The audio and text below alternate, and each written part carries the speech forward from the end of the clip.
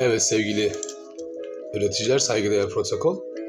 Bugün sizlere sunumunu yapacağım formülasyonumuzdan önce kısa bir bilgi arz etmek istiyorum.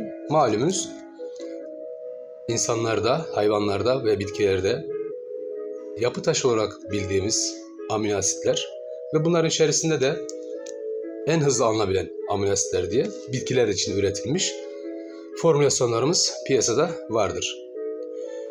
Sizlere arz ettiğim ürünümüz Nutramino. Bitkisel menşeli amino asit efendim bu. Daldan kökten verilebilme özelliğine sahip. Bunun yanında bitkinin fotosentezini hızlandırır, çiçek açtırır, ilaçların etkinliğini arttırır, kök yapar ve ayrıyeten de erkencilik sağlar efendim. Nutramino.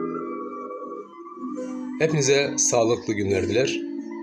Bekleriz efendim.